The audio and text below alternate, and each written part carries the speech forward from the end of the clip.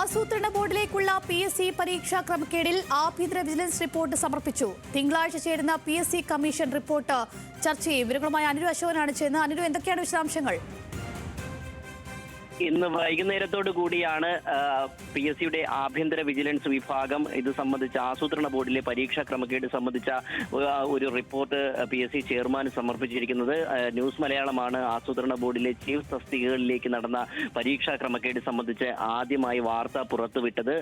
ആസൂത്രണ ബോർഡിലെ ചീഫ് തസ്തികകളായ industrial and infrastructure, chief planning coordination, chief perspective planning തുടങ്ങിയ 3 തസ്തികകളിലേക്ക് നടത്തിയ പൊതുപരീക്ഷയിലാണ് 100 മാർക്കിന്റെ പൊതുപരീക്ഷയിലാണ് 58 മാർക്കിന് മൂല്യനിർണ്ണയം നടത്താതെ കേവലം 42 മാർക്കിന് മാത്രം മൂല്യനിർണ്ണയം നടത്തിക്കൊണ്ട് ഇടത് സംഘടനാ നേതാക്കൾക്ക് 1ാം റാങ്ക് നൽകിയത്. ന്യൂസ് മലയാളം വാർത്ത പുറത്തുവിട്ടതിനെ തുടർന്ന് പരീക്ഷ വീണ്ടും ഈ ഉത്തരക്കടലാസുകൾ മൂല്യനിർണ്ണയം നടത്താനടക്കം PSC തീരുമാനിച്ചിരുന്നു. ഇതിന്റെ അടിസ്ഥാനത്തിലാണ് ആഭ്യന്തര വിജിലൻസ് അന്വേഷിക്കുന്നത്. എന്നാൽ പിന്നീട് സർക്കാർ തന്നെ ഇതിലൊരു അട്ടിമറി ഉണ്ടെന്ന് കണ്ട് ഒരു ക്രൈംബ്രാഞ്ച് അന്വേഷണം പ്രഖ്യാപിക്കുകയും പ്രത്യേക അന്വേഷണ സംഘത്തെ രൂപീകരിച്ച് ഇപ്പോൾ അന്വേഷണം നടന്നുകൊണ്ടിരിക്കുകയാണ്.